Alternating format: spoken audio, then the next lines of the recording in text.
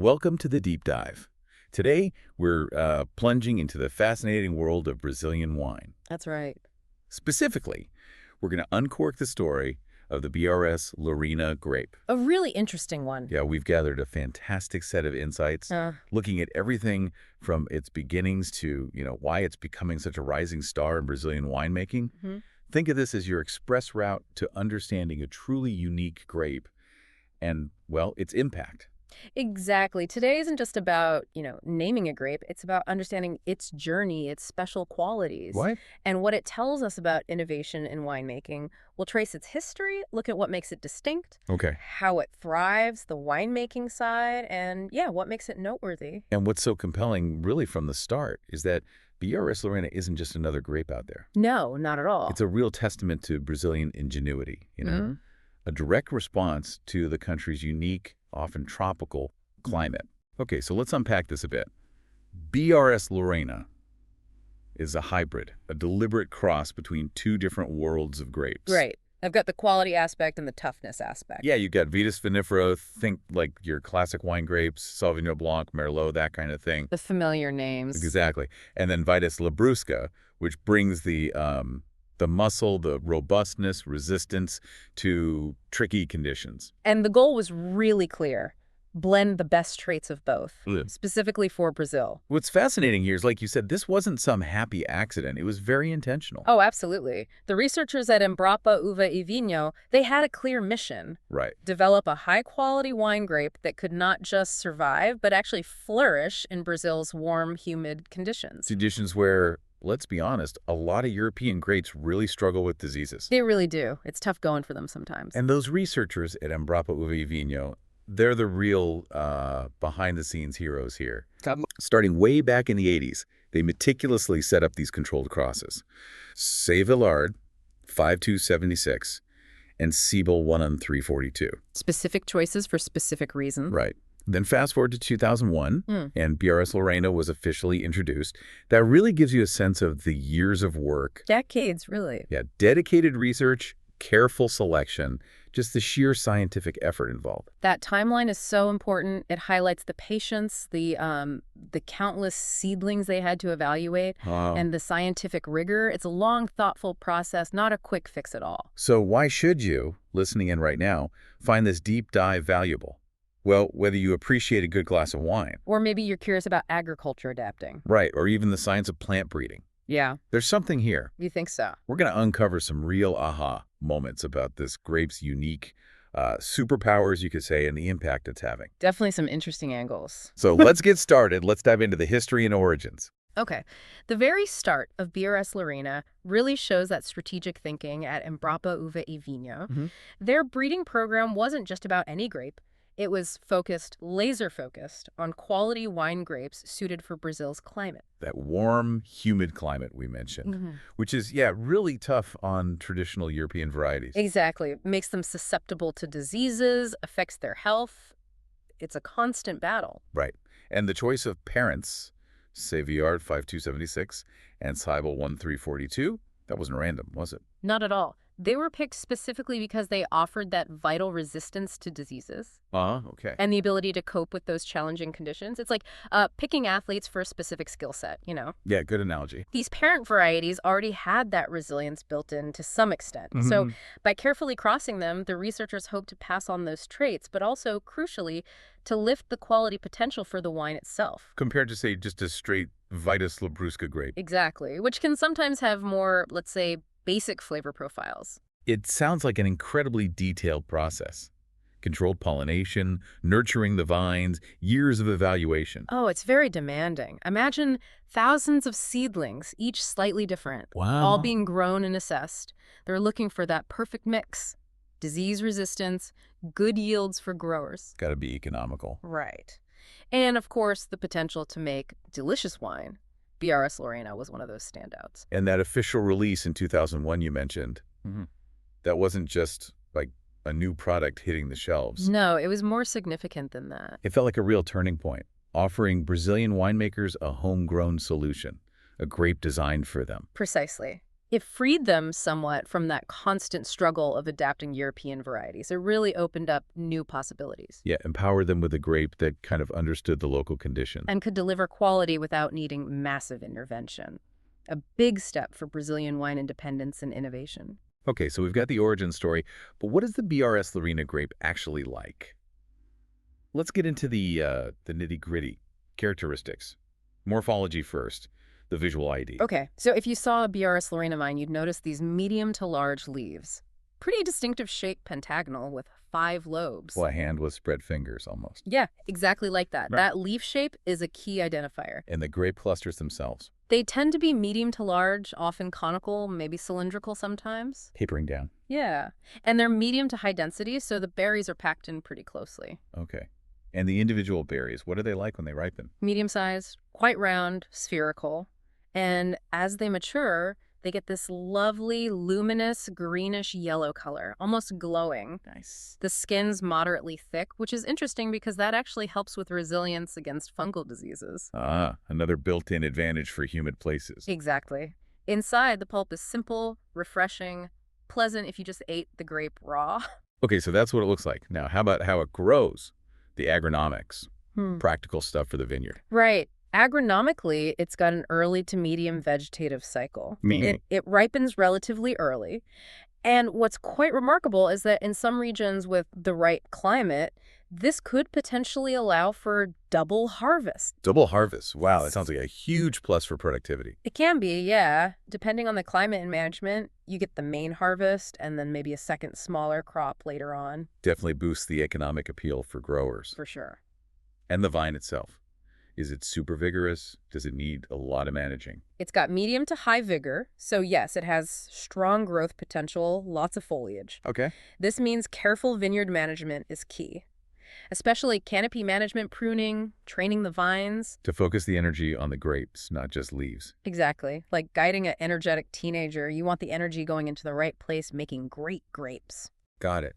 Now, one of the most compelling things we keep mentioning is disease resistance. How well does it actually hold up? This is a real game changer for BRS Lorena. It shows significant resistance to some really troublesome fungal diseases. Especially in those warm, humid spots. Precisely. It's got good resistance to both downy mildew, Plasmopara viticole, and powdery mildew, Sacchinicator. These can devastate vineyards. Right. So this inherent resistance means much less need for fungicide sprays, which is great for the environment. And the wallet? And the wallet, yeah, lower production costs. That's a massive win for sustainability. Absolutely. And beyond those big ones, it also resists some common pests, too, which helps with integrated pest management using fewer chemicals overall. Okay, what more practical point? Training systems in the vineyard. Is it adaptable? Yes, quite versatile here. It does well in different systems. For higher quality wines, often the Espaldera system vertical shoot positioning. Helps with sun and air? Right. But it also adapts well to the Peril or Latata system, which you see more in hotter climates because it gives more shade. Protects the grapes a bit. Exactly. Yeah. So producers have flexibility depending on their climate and what wine style they're aiming for. So it's adaptable in the vineyard. But what about the land itself? Yeah. Where does BRS Lorena really hit its sweet spot? Let's talk terroir. Well, its adaptability is really striking when you look at where it's grown in Brazil. Yeah. It started in the Serra Gaúcha down south, which is cooler, but now it's successfully grown in the southeast, Minas Gerais, São Paulo, Espírito Santo, Rio, Okay. and even way up in the semi-arid northeast in the Val do São Francisco. Wow, that's an incredible range. From temperate south to tropical northeast. What's the secret? In those warmer tropical and subtropical areas, altitude becomes really important. Elevation. Yeah. Higher spots often mean cooler microclimates. They help balance the heat and humidity. And that affects the grapes how? That temperature variation, especially the difference between hot days and cooler nights, the diurnal range, is vital. It impacts aroma development and helps the grapes hold on to acidity. So that swing is like a natural wake-up call for the grape. Helps it keep fresh and develop complexity. That's a great way to put it. It needs good sunlight to ripen and get sugars, definitely. Sure. But that temperature range, often found higher up, is key for complex aromas and that refreshing acidity. And the soil. What is it like underfoot? Generally, well-drained soils are preferred, especially in humid areas. You don't want waterlogged roots. Makes sense. But interestingly, BRS Lorena seems adaptable here too. Clay, granite, sandy soils. It can handle various types. Good fertility is probably the main thing. So how does all this location, climate, soil end up shaping the wine in the glass? Ah, that's the magic of terroir, isn't it? In places with bigger temperature swings and well-drained soils, you often get fresher wines, more vibrant acidity, those nice white fruit and floral notes. In warmer, more humid climates, its disease resistance is obviously critical. Vineyard management has to be spot on for quality. The wines might show more, say, mature tropical fruit notes.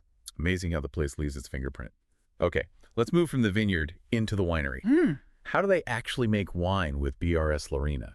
It's really versatile in the winery, but it particularly excels with crisp white wines and, maybe even more so, elegant sparkling wines. Why those styles? It's got that naturally bright acidity and a really appealing, delicate aroma profile, just perfect for those styles. Okay, let's start with still white wine. What's the usual process? Typically, destemming, gentle crushing, then a delicate pressing to get the juice. Right. Fermentation usually happens in stainless steel tanks, and temperature control is critical, generally kept below 18 Celsius, about 64 Fahrenheit. Why so cool? To preserve those delicate floral and fruity aromas and that all-important acidity, keep it fresh. That aging? And mostly done in stainless steel, too, for the same reason. Maintain that freshness, that youthfulness. So the winemaking is really about letting the grape speak for itself. What about the sparklers? You said it really shines there. Yes, that balance of acidity and aroma makes it a fantastic base for sparkling wine. How do they usually make them? The Charmat method is common. That's where the second fermentation, the one that creates the bubbles, happens in big pressurized tanks. Okay. That typically gives you young, vibrant, fruity sparklers that really show off the grape's character. Any other methods? Yeah, the Acineth method is another possibility. That's a single fermentation in a pressurized tank, stopped early to keep some natural sweetness. Can make some really delightful, slightly sweet sparklers. Are there specific techniques that are important for Lorena? Yeast choices, maybe? Yeast selection is definitely important. Certain strains can help enhance specific aromas. And there's growing interest in using native yeasts, the ones found naturally in the vineyard or winery, to maybe add a unique terroir stamp. But again, I have to stress temperature control during fermentation. Absolutely crucial, especially in warmer climates, to protect those delicate aromas and acidity. Got it. Temperature is key. And aging. Not much oak involved, typically. Generally, no. BRS Lorena wines, still or sparkling, are usually meant for drinking young, within, say, 1 to 3 years. Focus on freshness. Exactly. Enjoy those primary fruit aromas and the vibrant acidity. So stainless steel is preferred. Oak could kind of mask the grape's natural character. Preserve that youthful exuberance, as you said. Okay, so we know how it's grown, how it's made. Now the fun part, what do they actually taste and smell like? Sensory characteristics. Get ready for something pretty delightful. BRS Lorena wines usually have this really intense, inviting aromatic profile. Like what? You'll often get fresh white fruits, crisp apple, juicy pear, alongside zesty citrus like lemon, grapefruit. Sounds bright. Very bright. And depending on the terroir and winemaking, maybe hints of tropical fruit too, passion fruit, maybe pineapple. Ooh, nice. Any floral notes? Oh yeah. Elegant white florals are common. Think acacia blossom, jasmine. Adds a lovely layer of complexity. And sometimes maybe subtle hints of white pepper or a gentle herbaceous note. So, quite expressive on the nose. What about the palate?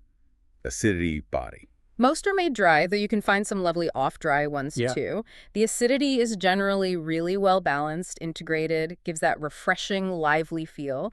Body is typically light to medium, makes them very easy drinking, approachable, often a smooth, sometimes almost velvety texture. And the flavors usually follow the aromas. Yes, quite often. There's a nice harmony there, leads to a clean, refreshing finish.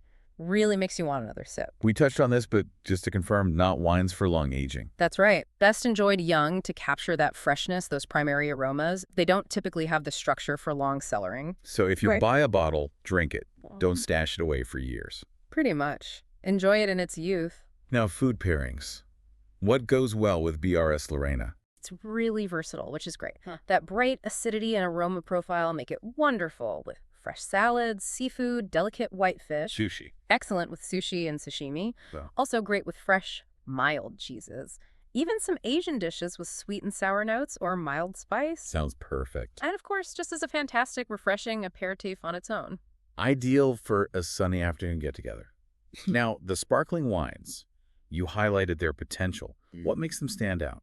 Yeah, their potential for exceptional sparkling is really something, again, it comes down to that balanced acidity and those delicate, expressive aromas. They translate well into bubbles. Beautifully. So what would you expect in a glass of BRS Lorena sparkling? Typically a fine, persistent stream of bubbles, a delicate pearlage, that's a good sign. On the palate, that same refreshing, balanced character as the still wines.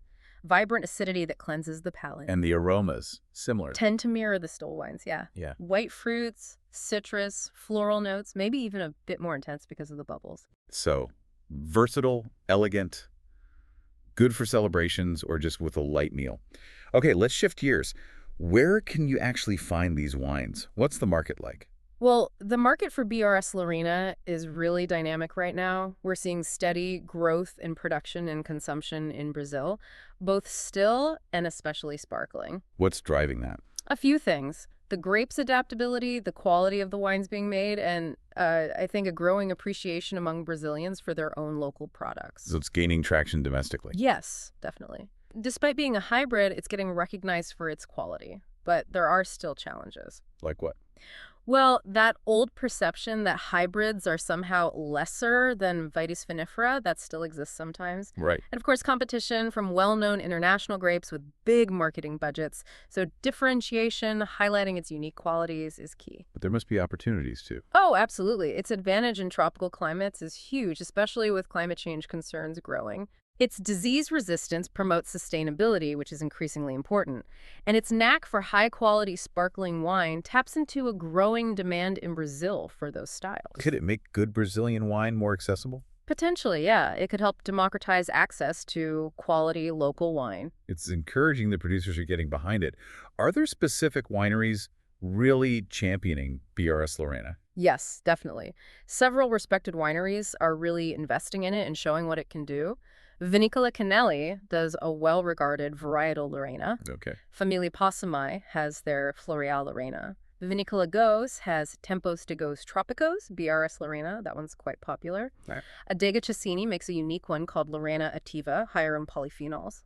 Then there's Vinicola Slump, Vinicola Cappelletti, Halberth, Buffon with their La Paloma Lorena, Ulian with Levata Lorena. Wow, quite a list. It is. The fact that so many good wineries feature it really speaks volumes about its potential and the quality it delivers. It certainly does. Sounds like it's not just surviving, it's really thriving. Okay, let's bring it all together. What's the main takeaway here? The future for BRS Lorena in Brazilian wine looks incredibly bright. Its unique mix of traits adaptability, disease resistance, quality potential for still and sparkling really positions it well. And the ongoing research, like from Embrapa, that's still crucial, right? Absolutely essential. Continuous research and innovation are key for Lorena's development and for the whole Brazilian wine industry. Understanding its genetics better, refining vineyard techniques, winemaking practices, it all helps push quality forward. So ultimately, BRS Lorena isn't just adding to the diversity of Brazilian wine. No, it's poised to gain more recognition, both at home and hopefully internationally, too. It's a really compelling story of Brazilian ingenuity, adapting viticulture to different diverse environments. It really is. Exciting possibilities. So as we wrap up this deep dive on BRS Lorena, it's clear this is way more than just another grape. It's a symbol, really, of Brazilian resourcefulness. A great example of adapting viticulture successfully to challenging climates. It definitely sparks curiosity, celebrates that innovative spirit in Brazilian wine. Well said. And on that note, here's a final invitation for you, our listener. Maybe consider seeking out a bottle of BRS Lorena. Still or sparkling? Give it a try. Yeah, experience firsthand these unique characteristics, this potential we've been talking about. What does this Brazilian innovation taste like to you? How does it reflect that diverse terroir? It's a delicious way to continue your own deep dive. Absolutely. Until our next exploration, cheers.